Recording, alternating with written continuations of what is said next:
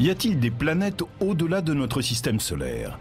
Rares sont les astronomes qui ont osé se confronter à cette question. À ses débuts, la chasse aux planètes était à la marge de la science. Aujourd'hui, des milliers de ces étranges univers ont été découverts. Certains pourraient-ils abriter une vie extraterrestre? À l'heure actuelle, les planètes que nous avons découvertes sont des sortes de monstres. Vous seriez réduit en cendres immédiatement avant de pouvoir y faire le moindre pas. Mais certaines planètes offrent de nouvelles promesses. Je suis très excité par la découverte de Gliese 436. Serions-nous sur le point de découvrir une autre Terre? Nous ignorons toujours si notre Terre est une planète d'un type répandu ou une exception sur un milliard. La science de pointe des mondes étranges et une météo déchaînée, voilà ce que nous réserve ce voyage à la recherche de planètes extraterrestres ou exoplanètes.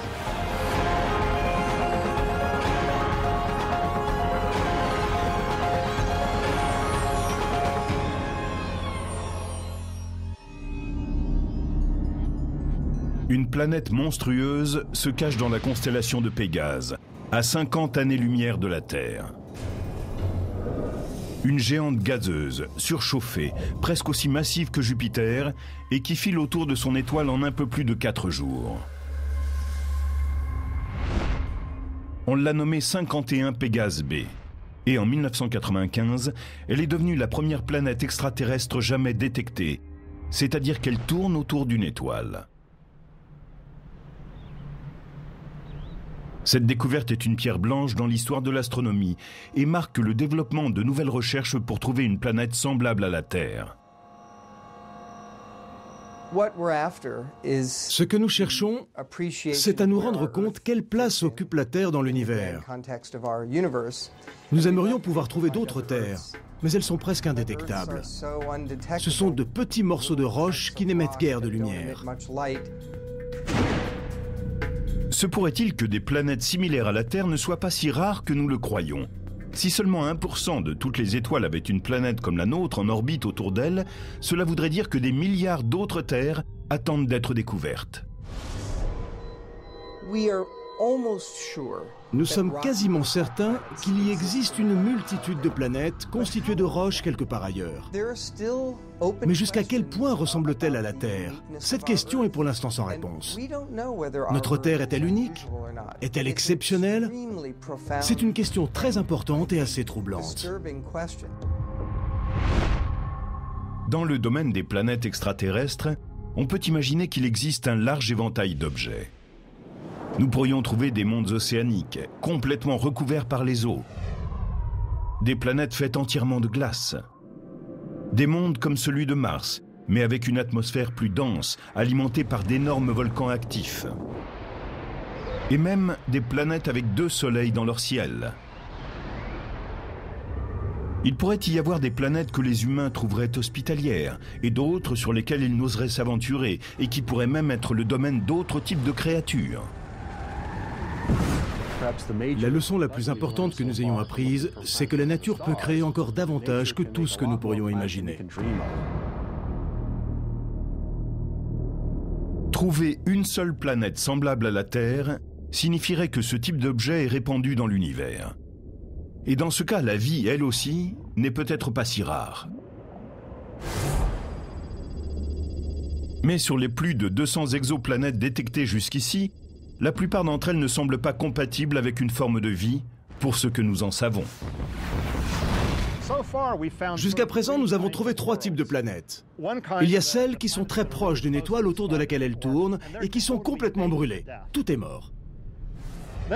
Ensuite, il y a celles qui sont assez éloignées et froides. Et enfin, celles qui ont des orbites très excentriques, c'est-à-dire qui vont très près de leur étoile et puis parfois très loin. Elles sont donc tantôt chaudes et tantôt froides. Jusqu'ici, nous n'avons pas trouvé de planète avec des jungles et des forêts. Nous n'avons pas trouvé de monde qui soit dans une zone habitable, où il y ait de l'eau à la surface et d'autres conditions favorables à la vie. Notre référence pour définir une planète dont nous considérons qu'elle offre des conditions favorables est la nôtre. Nous l'aimons bien. Nous avons un air respirable, une température agréable et il y a de l'eau. Même dans notre système solaire, il n'y en a pas beaucoup comme celle-ci.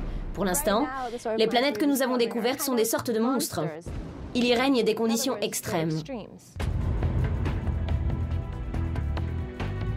La Terre, avec sa surface rocheuse, ses océans et sa vie exubérante, est-elle un miracle planétaire sans égal dans le cosmos? Les premières découvertes de planètes extraterrestres n'ont pas encore répondu à la question, mais elles ont donné une légitimité à ce qui paraissait jusque-là une quête vaine. Bien que beaucoup pensent que la vie peut exister dans d'autres parties de l'univers, tenter de localiser celle-ci semblait il y a peu hors de portée de la science. Il y a seulement quelques décennies, un spécialiste qui cherchait ce qu'on appelle aussi des planètes extrasolaires n'était pas pris davantage au sérieux qu'un chasseur d'ovnis. Quand la chasse aux planètes extraterrestres a commencé dans les années 1980 et 1990, on considérait qu'elle outrepassait les chemins balisés de la science conventionnelle. Au début des années 1980, la carrière de l'astronome Geoff Marcy n'avançait pas. Ses recherches sur le champ magnétique des étoiles étaient dans une impasse, et il commençait à se poser des questions sur ses capacités en tant que scientifique. J'ai eu l'idée de partir à la recherche de planètes à un moment de ma carrière où je pensais être fini. Je n'avais plus d'espoir en tant que scientifique et je me suis dit que le mieux à faire, c'était de tenter une expérience à laquelle personne n'avait jamais pensé. En l'occurrence, chercher s'il y avait des planètes autour d'autres étoiles que le Soleil. La plupart des gens pensaient que nous ne trouverions jamais rien. C'est alors que Geoff Marcy, son collaborateur Paul Butler et quelques pionniers de l'astronomie dispersés à travers le monde partent à la recherche de planètes extraterrestres. Mais avant, ils doivent perfectionner leur méthode. On localise aisément des étoiles avec les télescopes conventionnels, mais pour les planètes, cela demande de l'ingéniosité et de la patience. Elles sont plus petites que les étoiles autour desquelles elles tournent et émettent très peu de lumière. Jupiter, la géante de notre système solaire, a une masse 1000 fois moins importante que celle du Soleil et elle est 10 milliards de fois moins lumineuse. La difficulté, c'est d'arriver à prendre une photo d'une planète en orbite autour d'une étoile, car elle est très peu visible comparée à l'étoile.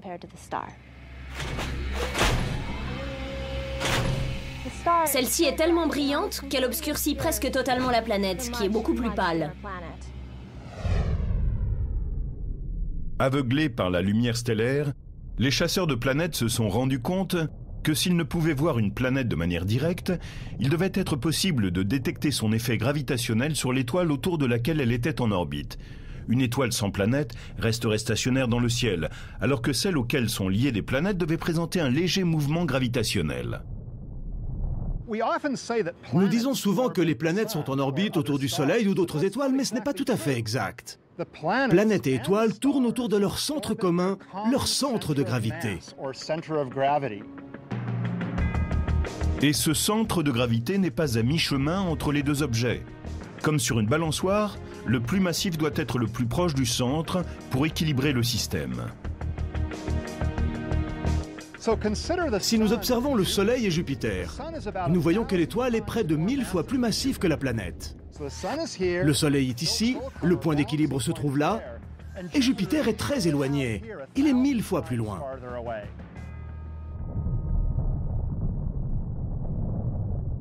Dans l'espace, cela signifie que les planètes tracent de larges orbites autour du centre de gravité, alors que les étoiles décrivent des orbites plus petites, mais parfaitement décelables. Prenons une planète qui tourne autour d'une étoile. En réalité, elles se déplacent toutes deux autour de leur centre de gravité commun. La planète décrit une orbite relativement large, et l'étoile se déplace aussi, mais sur une orbite plus petite. Le parcours de l'étoile est donc très modeste en comparaison de celui de la planète. J'ai un passe-temps assez inhabituel pour un astronome. Je pratique la danse du ventre et le jonglage de feu. Cette forme de jonglerie est une façon géniale de simuler le mouvement des planètes. Le mouvement centripète que nous imprimons au feu est très similaire à celui d'une planète sous la force de gravité. La lumière à mon poignet représente l'étoile, et la boule de feu qui tourne autour est une planète. Comme vous le voyez, la boule de feu décrit un large cercle et mon poignet décrit un plus petit cercle à l'intérieur. C'est ce petit tremblement de la lumière stellaire qui permet aux spécialistes de repérer les planètes extrasolaires. Mais ce mouvement serait indétectable sans l'effet Doppler, c'est-à-dire le fait que les ondes sont plus courtes lorsqu'elles arrivent vers vous et plus longues quand elles s'éloignent. L'effet Doppler vous est familier si vous avez déjà entendu un train passer en sifflant.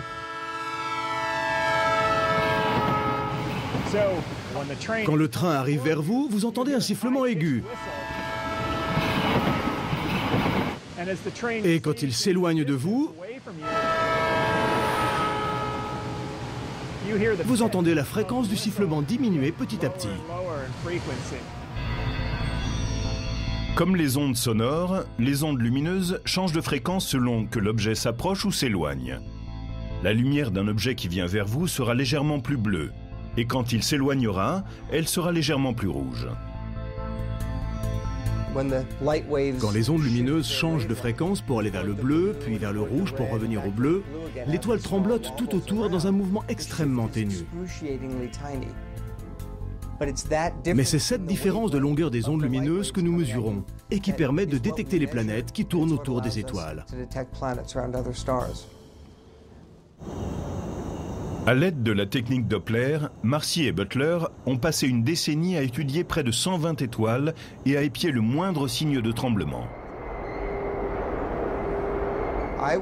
J'ai passé 11 ans sans trouver la moindre planète. Rien. Personne n'en était surpris. Il semblait logique pour tout le monde que c'était un exercice stérile, frivole et peut-être même un peu fou de chercher des planètes de quelque genre que ce soit.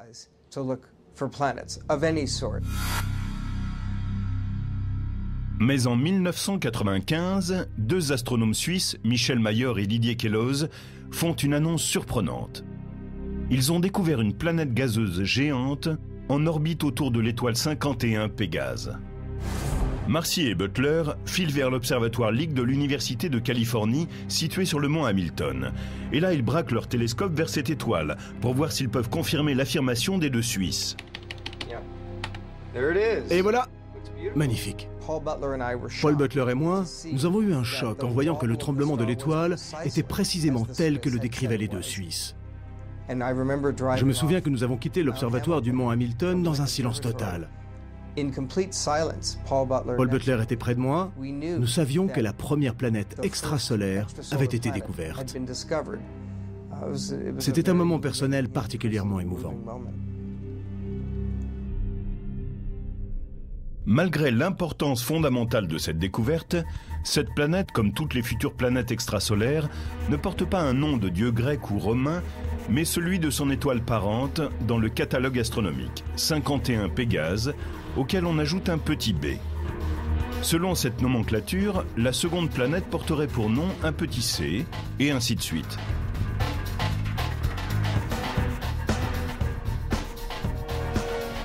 C'est d'ailleurs le seul élément modeste en ce qui concerne Pégase B. Sa découverte a bouleversé notre compréhension des planètes.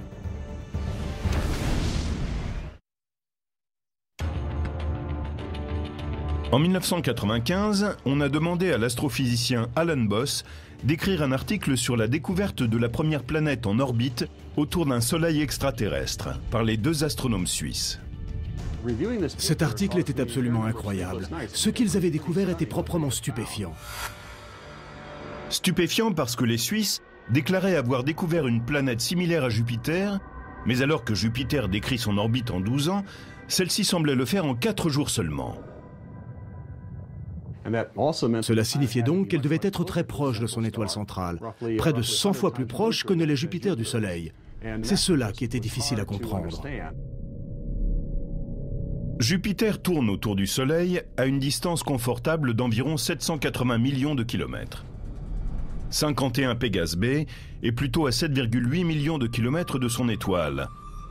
Dans notre système solaire, cela voudrait dire qu'elle serait plus près du Soleil que la planète Mercure, qui est la première à partir de notre étoile. Si une planète est aussi proche d'une étoile, cela signifie qu'elle est littéralement en train de frire. La radiation de l'étoile est incroyable comparée à ce que nous connaissons sur la Terre, qui est relativement éloignée du Soleil. Cette découverte était donc très inattendue. La planète ne pouvait s'être formée sur place. Les astronomes savaient qu'elle venait d'ailleurs. De même, si nous trouvions un séquoia au milieu de Central Park, nous saurions qu'il vient d'ailleurs. Et nous nous demanderions comment il est arrivé là. C'est la question que se sont posées les astronomes devant les planètes géantes qu'ils découvraient. Mais 51 Pégase b n'était pas simplement un monstre de la nature. C'était la première d'une douzaine de planètes qu'on appelle les Pégasides ou les Jupiters chaudes. Elles ont pour point commun de décrire des orbites très proches de leur étoile, ce qu'on pensait impossible. En effet, la théorie communément admise sur la formation des planètes gazeuses suggère que la roche et la glace, contenues dans le disque qui entoure la jeune étoile, s'agrègent en un noyau solide auquel s'ajoute ensuite du gaz. Elle grandit de plus en plus jusqu'à ce qu'elle ait absorbé tout le matériau disponible aux environs. Ce processus ne peut avoir lieu qu'à une certaine distance de l'étoile, dans une zone assez froide, pour qu'il s'y trouve de la glace. On ne peut pas former quelque chose d'aussi massif, aussi près d'une étoile. Il faut un lieu où la glace puisse se former. Dans notre système solaire, c'est la distance à laquelle se trouve Jupiter, soit 5 fois plus loin que la distance du Soleil à la Terre. Alors, comment une planète gazeuse comme 51 Pégase b a-t-elle pu se former à une distance aussi brûlante de son étoile? Cela fait partie des questions qui me causaient des insomnies. Et au cours de l'une d'elles, je me suis dit, cela veut peut-être dire que cet objet a migré vers l'intérieur à partir de l'endroit où il a trouvé son origine. Aujourd'hui, nous avons compris que la formation des planètes était un processus presque chaotique, une sorte de lancer de dés au cours duquel de nombreuses planètes voudraient se former ou sont en train de se construire. On assiste donc à une compétition, une sorte de jeu gravitationnel de chaises musicales, dans lequel les planètes luttent pour conquérir leur propre espace. Au cours de cette compétition, certaines planètes sont éjectées du système solaire et d'autres sont projetées vers le centre. On pense que certaines planètes entrent en collision avec leur étoile parente et s'y brûlent. Tandis que d'autres survivent et décrivent bientôt une orbite proche et stable. Ces survivantes sont les Jupiters chaudes. La découverte de celle qui tourne autour de 51 Pégase a amené les chasseurs de planètes Geoff Marcy et Paul Butler à analyser de nouveau les données qu'ils avaient collectées au cours des décennies précédentes. Leur équipe avait tenté d'observer un tremblement qui aurait signalé la présence d'une planète géante. Nous avons soudain compris que nous devions analyser nos données d'une manière légèrement différente, en prenant en compte une période plus courte et en ne regardant pas seulement les planètes qui mettent un temps important pour accomplir leur orbite autour de l'étoile. Et cela nous a conduit à découvrir, au sein de ces données déjà existantes, toutes les planètes qui avaient brûlé là depuis des années. Je me souviens de cette journée comme si c'était hier. C'était le 30 décembre 1995. Le téléphone a sonné à 8 h du matin. J'ai décroché. C'était Paul Butler, mon grand collaborateur depuis 20 ans. Et il m'a simplement dit « Geoff, viens tout de suite ». Bien sûr, j'ai immédiatement bondi dans ma voiture, j'ai filé tout droit au bureau, ici où nous sommes en ce moment même à l'université de Berkeley. Et sur l'écran, j'ai vu le graphique d'un tremblement de l'étoile 70 Virginis. La courbe montait et descendait, s'éloignait et revenait vers l'étoile. C'est exactement ainsi que nous avions imaginé qu'une planète apparaîtrait dans nos données. Ainsi, à ce moment où nous avions tous deux les yeux écarquillés, nous avons su que nous venions de découvrir notre première exoplanète, la deuxième dans l'histoire. 70 Virginis b est à 59 années-lumière de la Terre, dans la constellation de la Vierge. Avec une masse au moins 7 fois plus importante que Jupiter, elle a immédiatement prétendu au titre de planète la plus lourde de l'univers connu. Nous avons là devant nos yeux une planète 7 fois, peut-être 10 fois plus grande que notre Jupiter. Nous pouvons donc dire, oui, la nature fabrique des planètes plus grosses que celles de notre système solaire. Plutôt qu'une Jupiter chaude, cette planète était la première d'une nouvelle catégorie d'exoplanètes, les géantes excentriques, appelées ainsi en raison de leur orbite excentrique ou allongée. 70 Virginis B s'éloigne à plus de 95 millions de kilomètres de son étoile et passe tout près d'elle à 40 millions de kilomètres. Ce qui est très perturbant avec 70 Virginis, c'est que nous avons tous appris depuis le jardin d'enfants que les planètes tournent autour du Soleil en décrivant des orbites quasiment circulaires. Alors, que fabrique une planète qui décrit autour de son étoile une orbite allongée et aussi bizarre? Les deux premières planètes découvertes autour de soleils extraterrestres avaient déjà bouleversé notre vision du déplacement orbital des planètes. Mais au cours de la décennie suivante, d'autres découvertes allaient montrer que les orbites excentriques sont très fréquentes dans l'univers, alors que les orbites circulaires de notre système solaire semblent être plus rares. C'est très embarrassant quand on pense à la façon dont nous imaginions que les planètes tournaient autour d'autres étoiles. La façon dont nous pensions que c'était la règle commune, qu'elles avaient toutes les mêmes propriétés.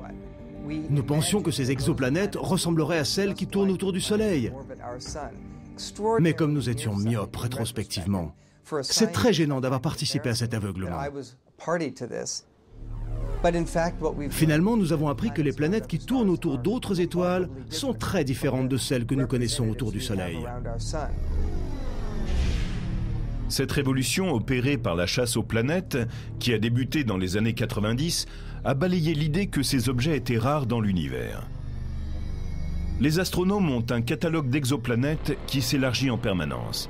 Et ils essaient maintenant d'en apprendre davantage sur les plus de 200 mondes qu'ils ont découverts. La technique du Doppler utilisée par Geoff Marcy et d'autres astronomes leur indique la masse d'une planète, mais pas la taille. Pour se représenter la taille d'une planète extraterrestre, il faut avoir un peu de chance. Elle doit décrire son orbite de telle sorte que, de la Terre, nous puissions la voir passer juste devant son étoile. C'est ce qu'on appelle un transit. En mesurant à quel point la lumière de l'étoile faiblit pendant ce transit, les astronomes peuvent déterminer la taille de la planète. À l'automne 2007, des astronomes observaient le ciel quand une Jupiter chaude, appelée Tresfour, a transité devant son étoile. Elle était à peu près de la masse de Jupiter, et du coup on s'attendait à ce qu'elle soit plus ou moins de la même taille, mais la surprise était au rendez-vous. Tresfour était presque 2 fois plus grande que Jupiter. C'était en fait la planète la plus grande qui ait jamais été découverte. Certaines de ces planètes extrasolaires sont floconneuses. Elles sont en phase d'expansion permanente. La raison, c'est qu'elles ont sans doute une source interne de chaleur qui élève la pression à l'intérieur de la planète et la fait se dilater. C'est très semblable à la chaudière d'un train à vapeur.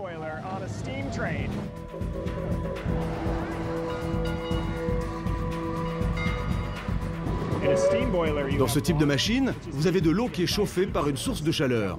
Cette eau est transformée en vapeur, la pression augmente et la vapeur qui se répand actionne le piston de la machine.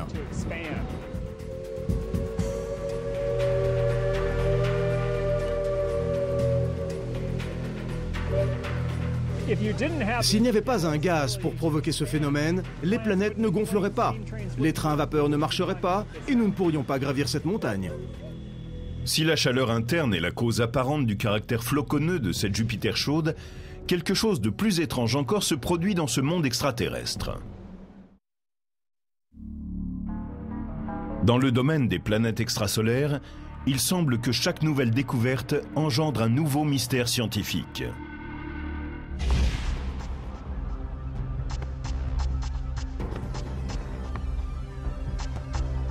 À l'université d'Arizona, le spécialiste des planètes, Adam Schaumann, mesure le temps qu'il fait sur d'autres planètes.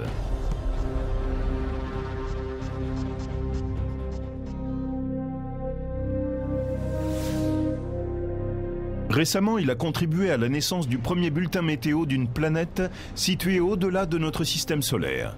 Et il a découvert qu'il y faisait un temps parfaitement compatible avec l'existence d'un monde extraterrestre. Nous pensons que les vents ont une vitesse d'au moins 7500 km/h. C'est énorme par rapport à ce qui existe sur n'importe quelle planète du système solaire. Voici H18973b. C'est une Jupiter chaude située à 60 années-lumière de la Terre qui file autour de son étoile semblable au Soleil en un peu plus de 2 jours, en se tenant à une distance de 4,5 millions de kilomètres. Comment est-il possible de deviner le temps sur une planète qui est à 530 milliards de kilomètres de nous? D'abord, il faut prendre la température de la planète. Les spécialistes savaient que si la planète traçait son orbite aussi près de son étoile, elle était forcément soumise à un effet gravitationnel qui lui fait présenter tout le temps le même côté à son étoile. Un côté de la planète est donc baigné en permanence dans une lumière brûlante, tandis que l'autre est plongé dans une perpétuelle obscurité. S'il n'y avait pas de vent sur ces planètes, cela voudrait dire que le côté diurne serait très chaud et que le côté nocturne serait très froid.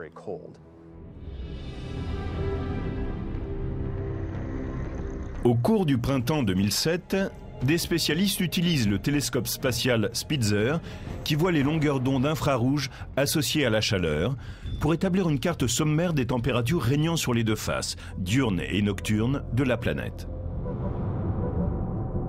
Vous voyez à l'heure actuelle la première carte jamais établie d'un monde extraterrestre.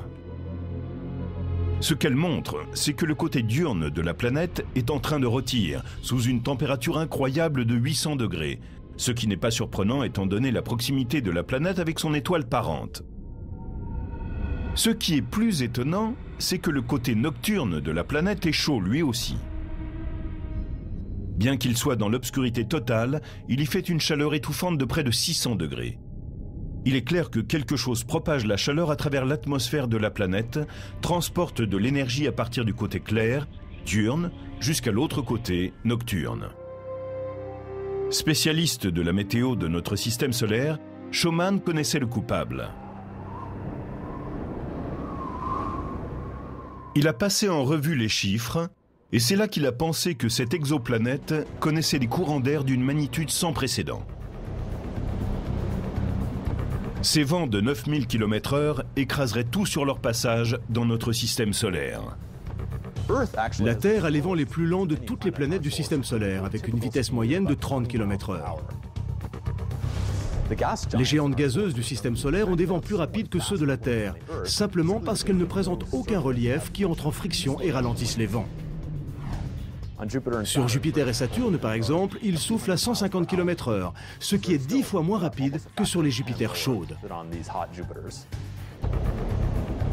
Le temps sur ces dernières peut être extrême, mais les prévisions pour d'autres types d'exoplanètes comme les géantes excentriques sont dignes d'un film catastrophe. Voici HD 80606b, une géante gazeuse située à environ 200 années-lumière de la Terre. Elle tourne autour d'une étoile dans la constellation de la Grande Ourse. Une année dans cet étrange monde dure 111 jours, et cette planète a l'orbite la plus excentrique de celles qui ont été découvertes jusqu'à présent.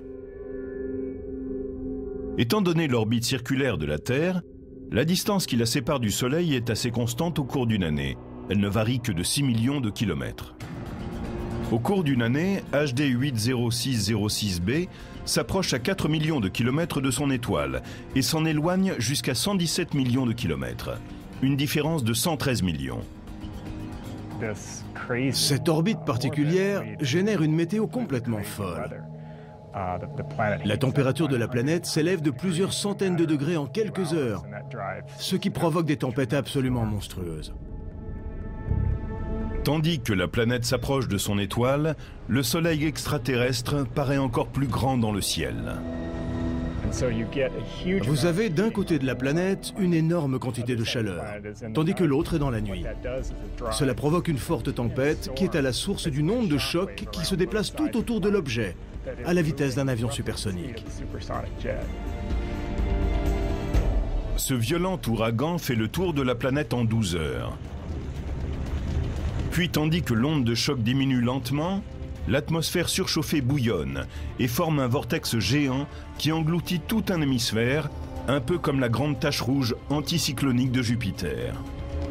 Au fur et à mesure que la planète s'éloigne de la chaleur de son étoile, la tempête perd de son énergie et de son intensité. Mais le calme ne dure jamais longtemps sur cette géante excentrique. Tous les 111 jours, l'onde de choc se reproduit et le cycle de violence recommence. C'est plus étrange que tout ce que nous connaissons dans le système solaire. Si vous étiez là-bas, vous seriez immédiatement réduit en cendres avant de pouvoir y faire le moindre pas.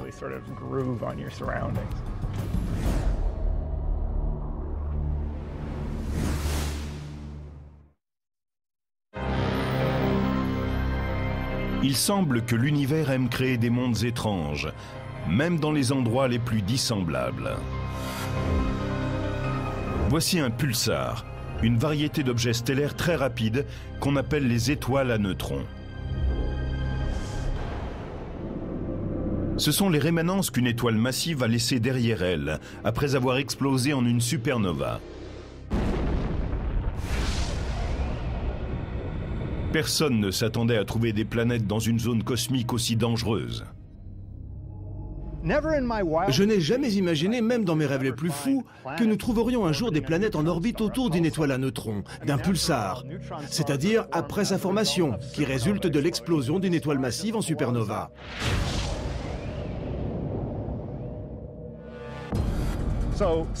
D'autres planètes ont sans doute commencé là, à partir de ce qui a été pulvérisé. Au début des années 90, les astronomes Alexander Volzan et Del Frail, à l'aide du radiotélescope d'Arecibo à Porto Rico, ont découvert 2 planètes rocheuses autour d'un pulsar, à 10 500 milliards de kilomètres de la Terre. En fait, leur découverte est antérieure à celle de 51 Pégase B, ce qui fait d'eux les premiers mondes extraterrestres jamais détectés. Mais ils tournent de façon si étrange autour des étoiles que beaucoup d'astronomes considèrent les planètes des pulsars comme une catégorie en soi. Les planètes des pulsars sont très intéressantes. Elles ont une masse très faible, proche de celle de la Terre. Elles forment une classe particulière, une famille très intéressante, mais elles sont loin d'être les plus répandues. Comme on pense que la plupart des planètes se sont formées à partir du même disque de gaz et de poussière que leur étoile parente, il est clair que celles liées au pulsar ont emprunté un autre chemin. Ces planètes doivent avoir été formées après l'explosion d'une supernova. C'est vraiment bizarre, car nous aurions tendance à penser que tout ce matériau a été dispersé. Mais il semble que certains débris se soient rassemblés en un disque, et certaines parties de ce disque se seraient agrégées pour faire des planètes. Mais c'est très surprenant. Je ne sais pas si quelqu'un comprend vraiment ce processus pour l'instant. On pense que les planètes des pulsars ont une surface rocheuse. Mais elles ne semblent pas pouvoir accueillir des formes de vie, et une excursion humaine ne pourrait durer bien longtemps. En tournant, le pulsar émet à partir de ses pôles des rayons très concentrés de particules chargées, et crée ainsi un faisceau lumineux tournant d'une puissance de radiation dévastatrice. Il serait très dangereux de se trouver sur une planète de pulsar. Il y aurait des radiations très fortes tout autour de vous, une véritable attaque de particules et d'ondes. Le champ de radiation serait tellement puissant qu'il détruirait probablement vos tissus et provoquerait très rapidement chez vous un cancer et des mutations. Cela vous tuerait sans doute. Si vous n'aviez pas de chance, ou peut-être serait-ce une chance puisque de toute façon vous seriez destiné à mourir, vous péririez sans doute de façon spectaculaire dans le faisceau d'un pulsar. À chaque rotation, le faisceau en passant dirigerait son éclair dans votre direction et vous verriez ce phare incroyablement lumineux vous envoyer sa lumière dans la figure. Ce ne serait pas un environnement très hospitalier. Les planètes des pulsars ne sont peut-être pas des endroits très agréables à visiter, mais elles nous ont appris quelque chose de fondamental sur la formation des planètes. Ces étranges planètes qui tournent autour d'une étoile à neutrons nous ont appris que la formation d'une planète pouvait être assez simple. La gravité aime assembler les éléments lorsqu'ils sont assez nombreux dans une zone donnée.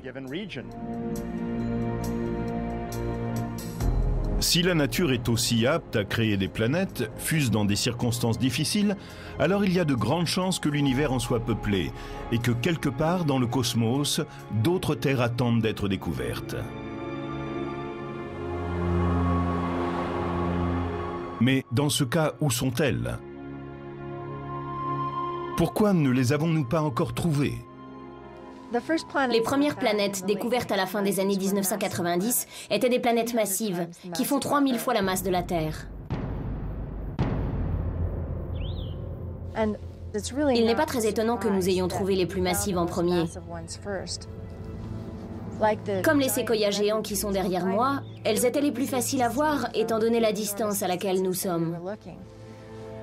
Alors quand nous trouvons une étoile et que nous disons « Voilà, il n'y a qu'une seule planète massive », comme on dirait « Il n'y a qu'un seul séquoia géant », il est presque sûr que ce n'est pas vrai. Il y a certainement des forêts de planètes, d'astéroïdes et de comètes qui tournent aussi autour de cette étoile.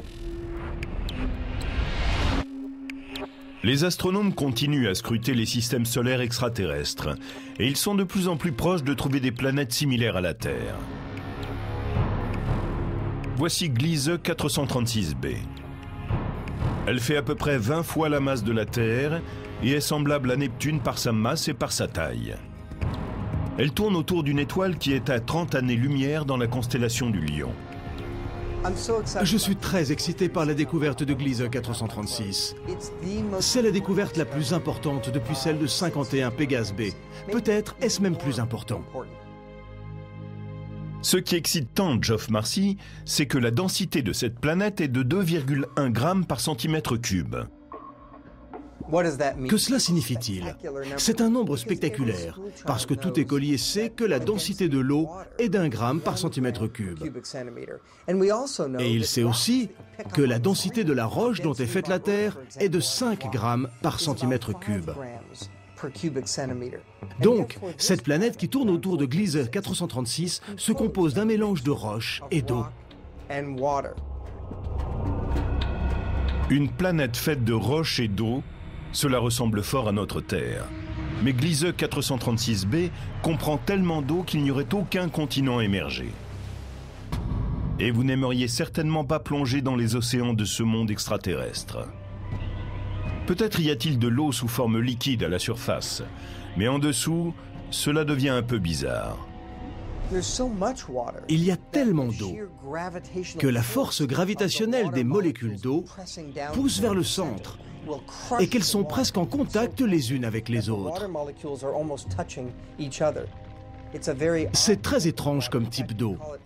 Nous l'appelons de la glace, même si ce n'est pas froid, car les molécules d'eau sont disposées selon la structure de la glace, mais c'est uniquement dû à la forte pression.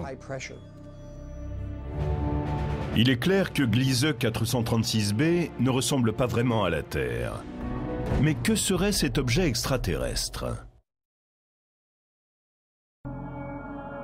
Que ferait une exoplanète qui serait réellement semblable à la Terre?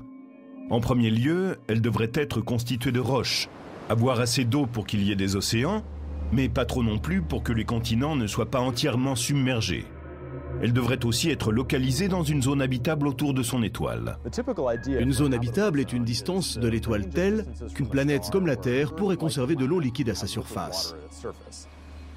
Car si l'on prenait la Terre et qu'on l'approchait trop près du Soleil, les océans se mettraient à bouillir, ce qui n'est pas favorable à la vie.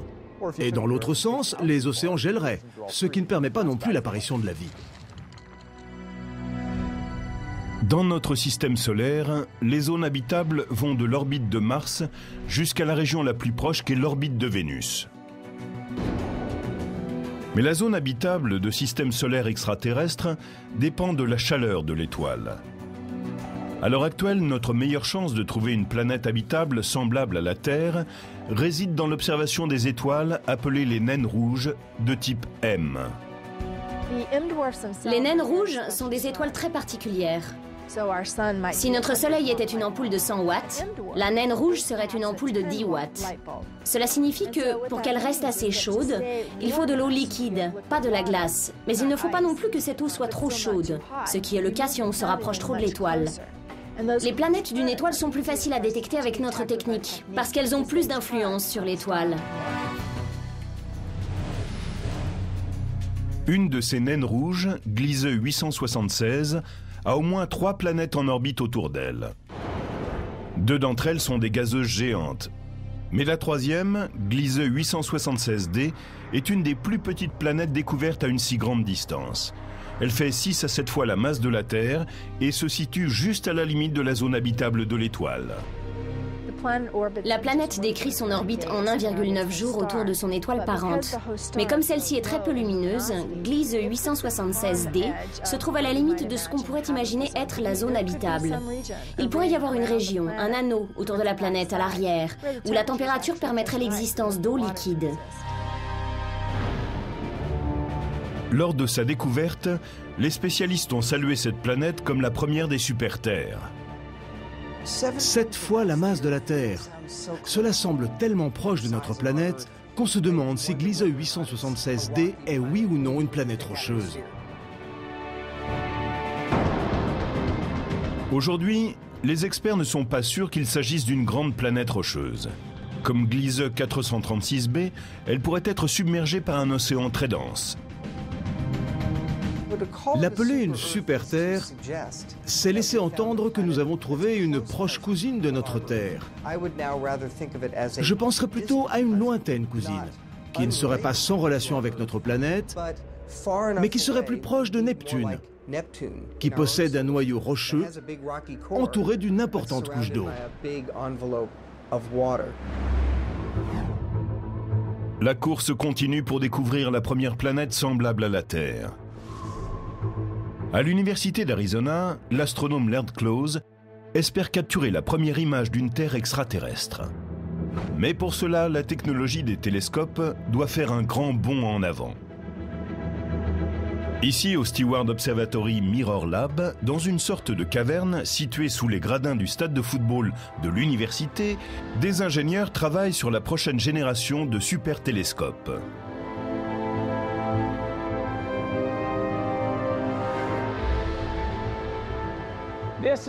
C'est le miroir le plus large qui ait jamais été construit. Il mesure 8,40 m de large, ce qui n'est qu'un septième de la taille du futur grand télescope Magellan. Associant 7 miroirs comme celui-ci, le grand télescope Magellan sera capable de capter directement une image de planète extrasolaire, et peut-être même de planètes semblables à la Terre qui tourneraient autour d'autres soleils. Ce télescope, qui devrait être opérationnel en 2016, sera à même de prendre des images 10 fois plus précises que le télescope spatial Hubble. La NASA et l'Agence spatiale européenne développent également plusieurs missions qui utiliseront des télescopes basés dans l'espace pour chercher des étoiles et nos parentes planétaires. Ce sera incroyablement excitant pour l'humanité de savoir s'il y a ou non, autour de ces petits points de lumière que nous voyons dans la nuit, des planètes en orbite qui ressemblent à la Terre.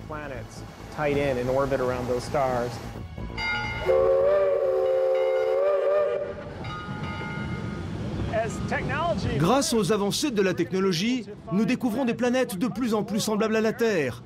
Des planètes qui abritent peut-être des formes de vie, et peut-être même des forêts et des trains à vapeur.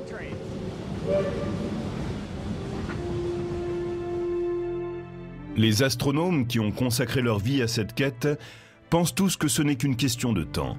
Ils sont certains de trouver un jour la première planète vraiment sœur de la Terre. Ce que je peux vous dire de formidable, c'est que nous découvrons régulièrement des planètes qui font 4 ou 5 fois la masse de la Terre. Nous n'avons pas encore trouvé d'autres terres, et nous aimerions que ce soit déjà fait. Mais nous découvrons des planètes qui sont tellement proches de la nôtre.